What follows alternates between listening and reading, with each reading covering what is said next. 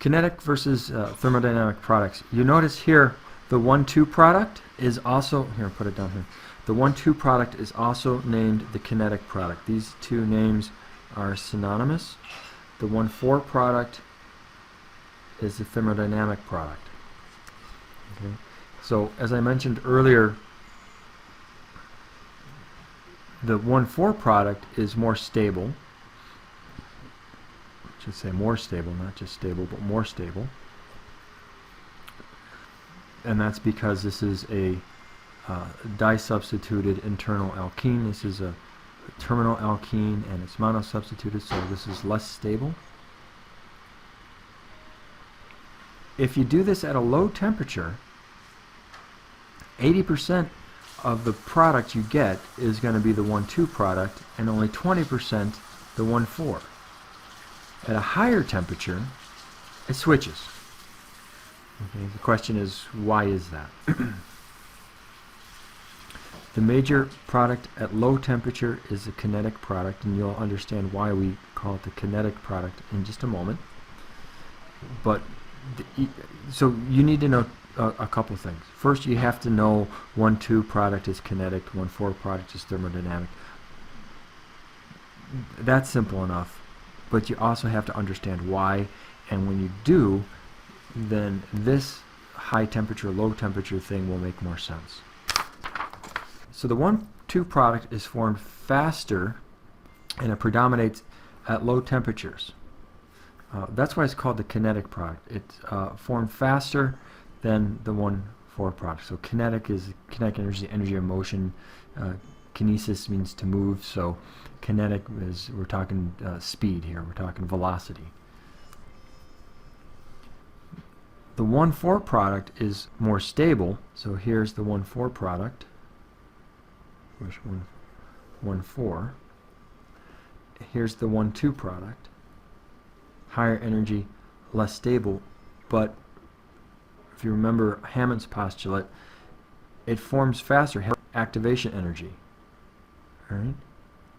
So it forms faster, but the product is closer to the activation energy, so it's less stable.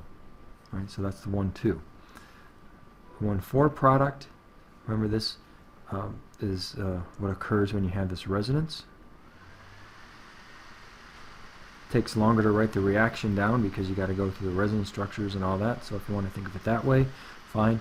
The reaction is slower, has a higher activation energy, so it is slower, but the product is more stable.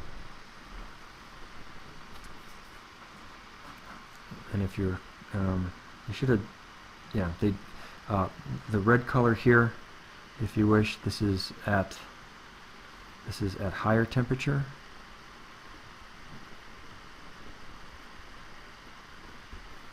And the blue, this is at lower temperature. So the 1,2 is the kinetic. The 1,4, there's this at 1,4, the red is thermodynamic. So exactly why does this temperature business, whether we do it at a lower temperature, higher temperature, affect the products and affect these reaction diagrams? I already talked about the stability. Here it's disubstituted, so it's more stable. So let's skip that. The kinetic product forms faster, primarily because of a proximity effect. Right? Not only is it a faster reaction to write down, I like to think of it that way, but because we're just adding the hydrogen to the carbon with the most hydrogens, bromine to the carbon with the fewer hydrogens, 1, 2, boom, we're done. You don't have to do any of this resonance stuff. So as soon as this carbocation is formed, the bromide is, this bond is breaking to the bromide, and so it's right there and can be added to that carbocation. So there's no time for this resonance stuff to occur. So that's why it's the kinetic product. It forms faster, but the product is less stable. So again, 1,4 product, more stable. This is a thermodynamic product, forms slower but at higher temperatures. Kinetic product, lower temperature. Right, this is the 1,2 product, less stable. Right, as energy goes up, the lower energy, the more stable. So why is it temperature dependent? It's kind of odd. It kind of makes sense with the higher temperature. Saying, okay, thermodynamic product, thermochemistry is energy, study of energy and chemical reactions, and thermal means temperature. So okay, higher temperature, thermal. But we also know that as temperature increases, reaction rates increase. So that's kind of counterintuitive. So what's actually going on here? At lower temperatures, the energy of activation is a more important factor. So at a lower temperature, it's harder to get up to this energy of activation. Okay? So because of that, the reaction with the lower activation energy, we can go back to this slide. At lower temperatures, the energy of activation is harder to get to. So if we have, and then we think about why is that? Well, at lower temperatures, the reactants are not hitting each other with the same velocity. The vibrations and stretching and whatnot in the bonds isn't as great. So it's harder to get up to this activation energy. So naturally, at a lower temperature, the reaction with the lower activation energy is going to be faster. And that's the 1,2 kinetic product. At higher temperatures, the energy of activation isn't really that big of an issue. Most molecules have enough energy to get to that transition state. So the two products are in equilibrium. Right? These two products are in equilibrium, and the equilibrium will always favor the more stable product. So we'll draw like this. Okay, the more stable product is favored because this reaction is the two products are in equilibrium, and equilibrium always favors the more stable product. A little more practice. Label the products as either the 1,2 product, the 1,4 product, the kinetic, or thermodynamic. Alright, so we're adding HCl. So we add HCl to this guy. Notice this double bond stays. This one disappeared. And following Markovnikov's rule, we added hydrogen to the carbon with the most hydrogens. The chlorine here. This is right next to each other. So this is 1,2. If it's 1,2, it's also kinetic. Alright, well that means this guy's got to be 1,4. Well, let's see what's happening here. The double bonds have moved, right? So what's going on here? The chlorine is added here. That means, again, we've added the hydrogen to this one. We generated a carbocation here. This is a tertiary carbocation, but it's a tertiary allylic. If we put the carbocation here, it would be a tertiary allylic to this double bond. And so then this double bond moves up, and we get the carbocation here. Chlorine adds. So 1, 2, 3, 4. This is the 1,4 product, and if it's 1,4, this is the thermodynamic product. I could also ask which product would be favored at high temperatures.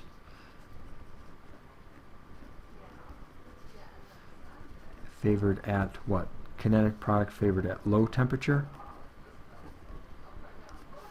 Kinetic product or thermodynamic product favored at higher temperature. What those temperatures are, I'm just going to say higher or lower. You don't have to worry about degrees Celsius or anything like that. The last part of this chapter deals with reaction referred to as a Diels Alder reaction after Otto and Kurt, Otto Diels and Kurt Alder. And it's a fairly complicated reaction, but there's a lot going on in this reaction. So let's just take it kind of slowly. In a Diels Alder reaction, you have a diene, and it has to be a conjugated diene. And then you have something called a dienophile. The dienophile is itself an alkene, but not a diene. It's just an alkene. The conjugated diene, if you remember, we had the S-cis and S-trans conformation. Notice this is in the S-cis conformation. So we have two reactants, a conjugated diene in the S-cis conformation and an alkene referred to as the dienophile. Products, or I should say the product, always gives you a six-membered ring with one double bond. There are other things as well, but at the very least you're going to have is a cyclohexene, right? Cyclohexene with one double bond. So I'll just draw. Can elaborate on that later. So this is a concerted one-step reaction. We have 3 pi electrons, or three pairs of pi electrons moving around all at once, and it might be easier to see what's going on here. They've color-coded this. So the diene 1, 2, 3, 4 carbons, 1, 2, 3, 4. Right? The dienophile is itself an alkene, and we're just going to make a bond here and here, and this bond, right? This pair of electrons goes down here. So here we have the electrons moving in a, if you wish, here to here to here, so in a counterclockwise rotation. You could go the other way, it doesn't really much matter, but convention is to draw it this way. So you have 4 atoms from the diene, and then 2 from the dienophile, forming a 6-membered ring. I think you can see the color here. These are the new bonds. So in a Diels Alder reaction, you're going to draw your 6-membered ring, put the double bond here, forming a bond here, forming a bond here, and then we have this aldehyde coming off. This aldehyde, and you'll see this with most dienes, dienophiles. What is a dienophile anyway? It's something that likes dienes, right? Or in other words, it reacts in this Diels Alder reactor with dienes. Electron withdrawing groups, as you see here, activate this double bond to the Diels Alder reaction. So electron withdrawing group. Right, so we have these polar bonds like this, removing electron density away from this pi bond, and makes the reaction go faster. So in each case, 6-membered ring. Here we have an aldehyde coming off of this carbon. That's this guy here. Here we have an ester. Remember, there's this carbon here. That's this carbon. Here we have going to end up. This is a cyclic diene. So we're going to form a bond here and here. These two guys. This is it maleic anhydride, I believe? 1, 2, 3, 4. I think maleic anhydride. There's these 2 carbons here. So how to complete a Diels Alder reaction on paper. We don't have lab this semester, sadly. Not that we did this reaction anyhow. You got to first figure out what the diene and what the dienophile are. Okay. Now, there's 2 double bonds here. There's 2 double bonds here. Which is a diene? Which is a dienophile? Well, this is a diene because it's 2 bonds in an alkene. This is an alkene plus a ketone. Right? So it's not a diene. This is the diene. This is the dienophile. So the easiest way to do this is just how we've shown you. Put the diene to the left, put the dienophile to the right. So we've done that. But before we do that, notice this is in the S-trans conformation. We have to convert it to the S-cis. So I don't know, it's the way they've drawn this is hard to really envision how they rotate. You have to rotate the whole molecule over, so you get something like this, and then rotate about that carbon-carbon single bond to put it like that. Okay, So now we have this in the S-cis, and by the way, it has to be, this is a must. It must be in the S-cis conformation. Then line up the alkene of the dienophile. You can ignore this, although that does activate the diene to this reaction. And once you have them like this, if you want, you can put in the arrows to show the electron movement, but you're just going to draw these bonds here.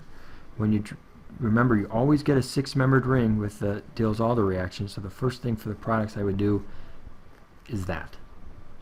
And then say, okay, well, this carbon and this carbon, that's these 2 carbons. What if I have attached to this one? It's essentially an acetone. And we're done. This is already in our proper orientation. Here we have the dienophile. I'm going to redraw this a little bit though. So I put the alkene here. And it doesn't really matter if it's on the top or the bottom, this acid. Okay. Products, 6-membered ring. The double bond, that would be here. These 2 carbons, or these 2 carbons, on one of them I have an acid.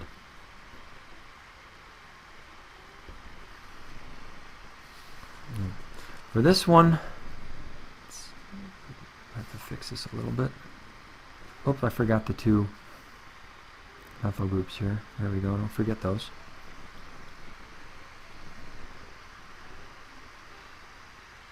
All right. So, I have 2 dienes. So one's going to be the diene, one's going to be the dienophile. So actually, both of these are dienes. So what I would suggest is, because dienophiles, you want an electron withdrawing group. Why is this electron withdrawing, right? We have these heteroatoms. Alkyl groups tend to be, this is a methyl and a methyl. Alkyl groups tend to be electron donating. So I'm going to make this the diene, and then this the dienophile.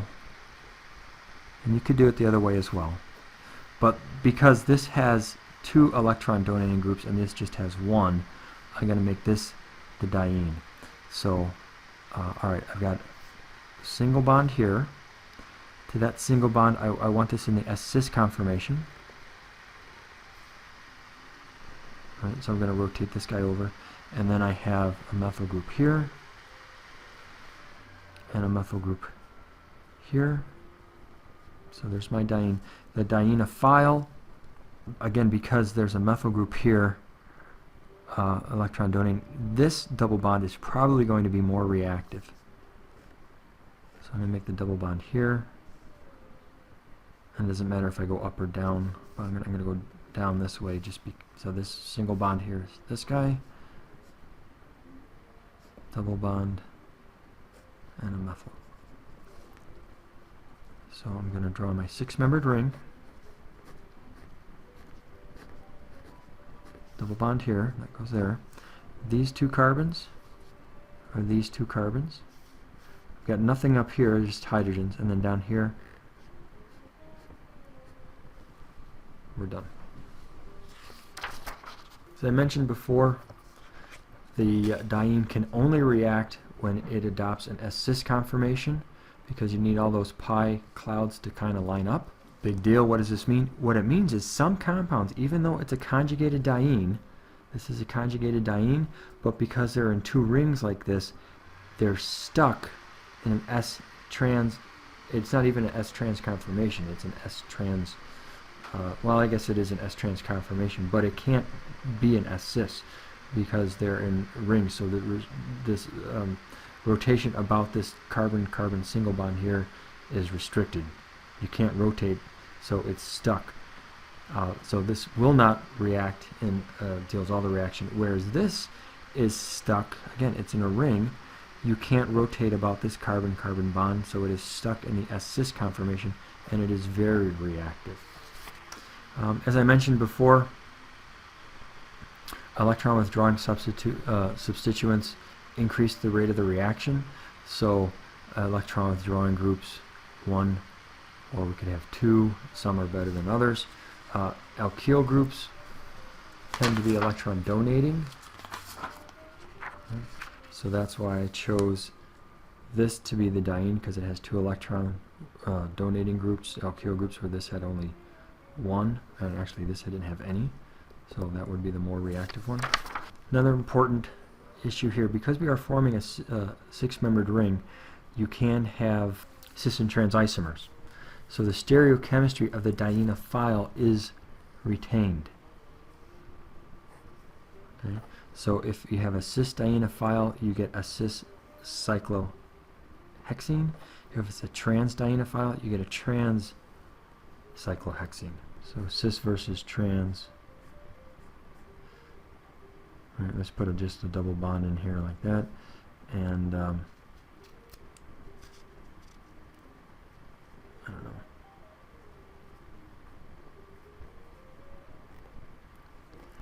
If this was a trans alkene with their electron withdrawing groups, a trans alkene, the product would be trans. You'll see that in just a moment. So this is maleic acid, and it's cis.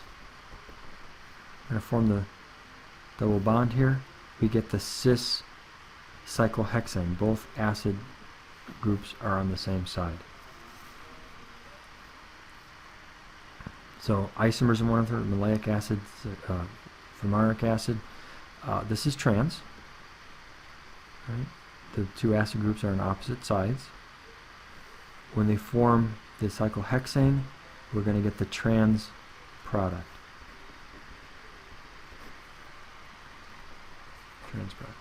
Another thing to note, and I've been saying this all semester long, there is no there's no chirality in either of these, but there is chirality at these 2 carbons. Okay, but this compound is meso. There is a plane of symmetry running through the compound like this. And if you were to assign R and S configurations, I don't know, let's just say one's R and one's S, it would be a meso compound, meso product. So no chirality in the reactants, no chirality in the products. Likewise here, we get the trans. These would be enantiomers. I don't know, say this is R and R. Let's say this is S and S. They would be enantiomers, but it would be a racemic mixture, right? Racemic mixture. So no chirality in the reactants, no chirality in the products. Okay. So we saw this a little bit earlier. I think this is maleic anhydride. Maleic anhydride. Let me just briefly talk about what we mean by this is maleic anhydride. So maleic acid is this. Okay, that's maleic acid. It's a dicarboxylic acid. So it's 1, 2, 3, 4 carbons. Another dicarboxylic acid you might be familiar with is oxalic acid. In chemistry 2, we use oxalic acid as a chelating agent in the qualitative analysis laboratories. It's also, well, I won't get into the details. Anyway, oxalic acid has 2 carbons, succinic has 3, maleic has 4. And if we were to heat this up, we could drive off a molecule of water, HOH, right? So we spit out the water,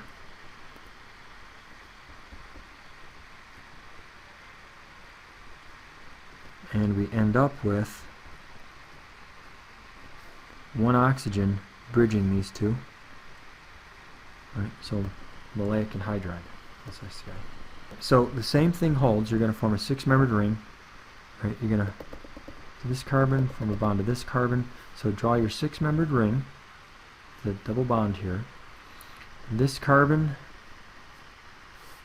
is this guy, and we have a double bond, and then an oxygen. This carbon is this guy here, single bond to the oxygen, double bond, So there you go, we get 2 fused rings. It's a bicyclic product. These 2 hydrogens are on the same side. My product reactant here, I didn't put it in, but they're on the same side, so they're going to be on the same side, either the top or the bottom. It doesn't matter, just as long as they're on the same side. Okay. So that's if the dienophile is cyclic. All right, this is in the S-trans conformation, so the first thing we'll do is convert this to the S-cis conformation. Right? And it doesn't matter which one we're going to go to, but we're going to form a bond here and here, so we get our 6-membered ring, the double bond. Right, that's these 4 here, 1, 2, 3, 4. This carbon and this carbon are these 2. And so we have the rest of the molecule now, which is another 6-membered ring. We have a ketone up here, double bond here hasn't moved, and a ketone down there.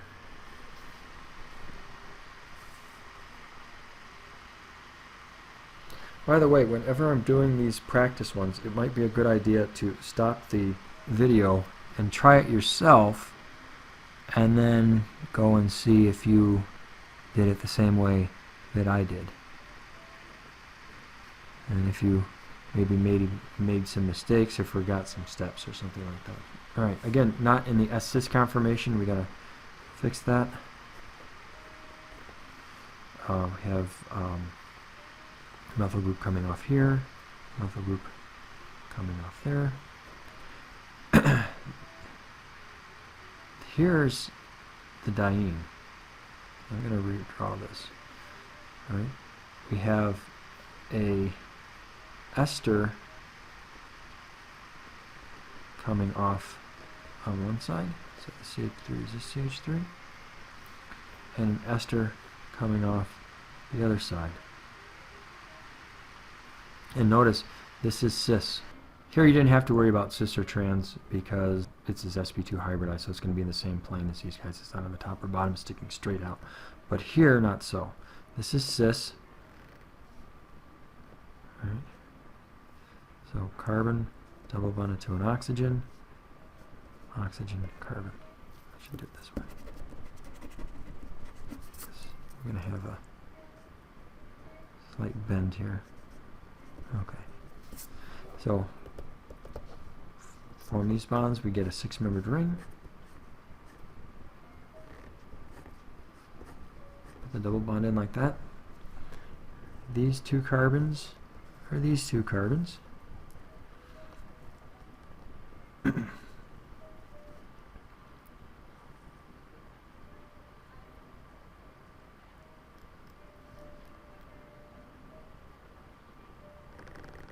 Oh, we're not forming a ring, so it doesn't matter that this is cis or trans.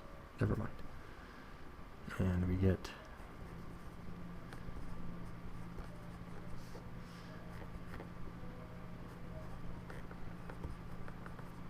there we go. Okay.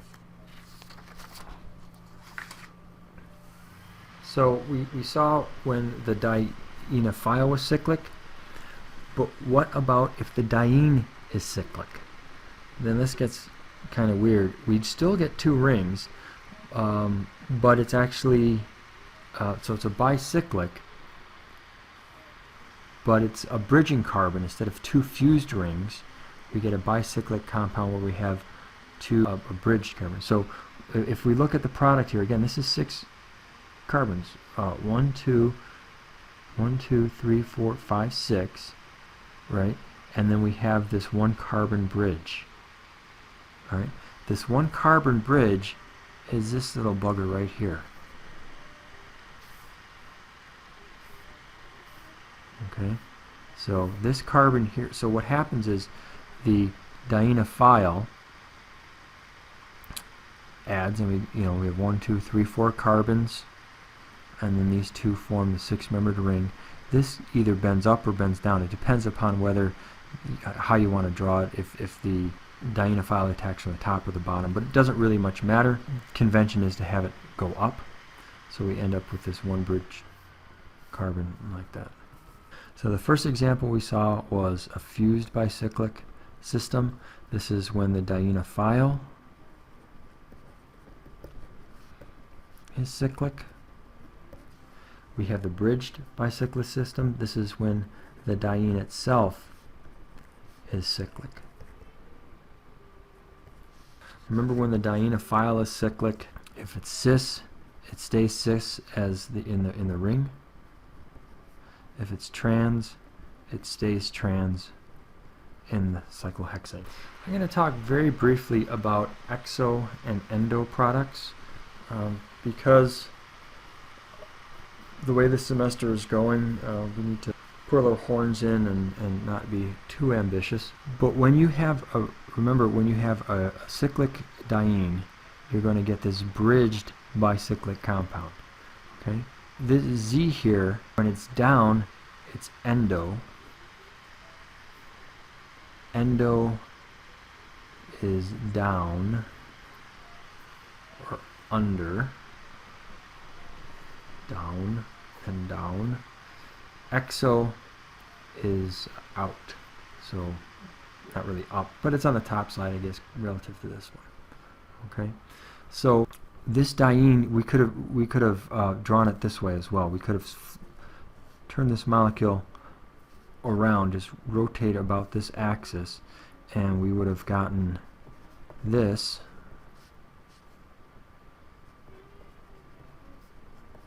Okay, Z is going towards it now. Okay, and if it reacts with this compound, we would get a different product than it reacted in this conformation. It would get a different product than if reacted in this conformation.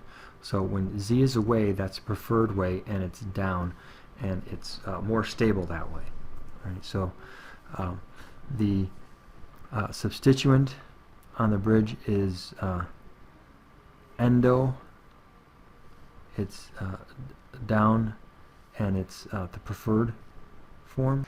A couple examples of endo addition. Here we have the electron withdrawing group away. In other words, it's not flipped around, it's not drawn this way. Flip this around and have it like this. Instead of reacting like this, it reacts with this away, and we get this below the plane, endo. Here, because this is fused, it doesn't really much, there's no way to really rotate it, but what's going to happen is this is going to attack from the bottom. This carbon here goes up, we get the bridged. Right? So we have actually 3 rings now. We get the 6-membered ring,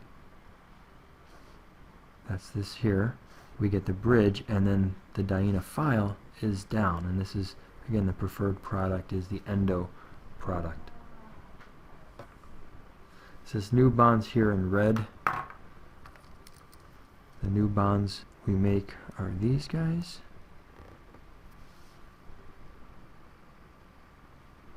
Right. So this had 5 carbons, 1, 2, 3, 4. 1, 2, 3, 4. The 5th carbon is the bridge.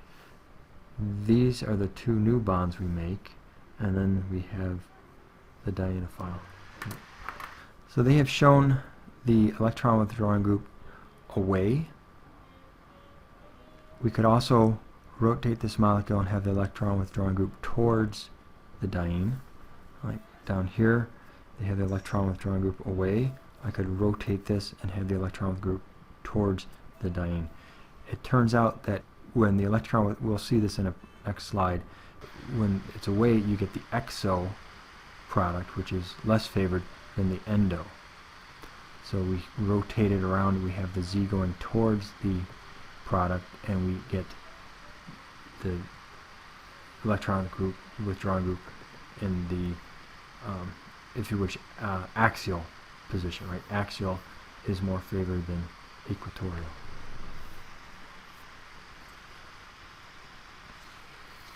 So you see this here, when the Z oriented group it attacks from below and it is towards the diene, you get the endo. This is the favored product. right? It's down. When the electron group withdrawing group is away, you get the exo product, less favored. And now it's in the equatorial position. So whenever you're doing this, don't really worry about how you have these. Just recognize that when you have a cyclic diene, right, you get the bridged bicyclic compound, and the electron withdrawing group is favored when in an axial, we refer to this as endo down position. You won't come across too much of this. Maybe some in the homework, probably nothing like this on the test, other than maybe recognizing endo versus exo. Alright, so that does it for chapter 16.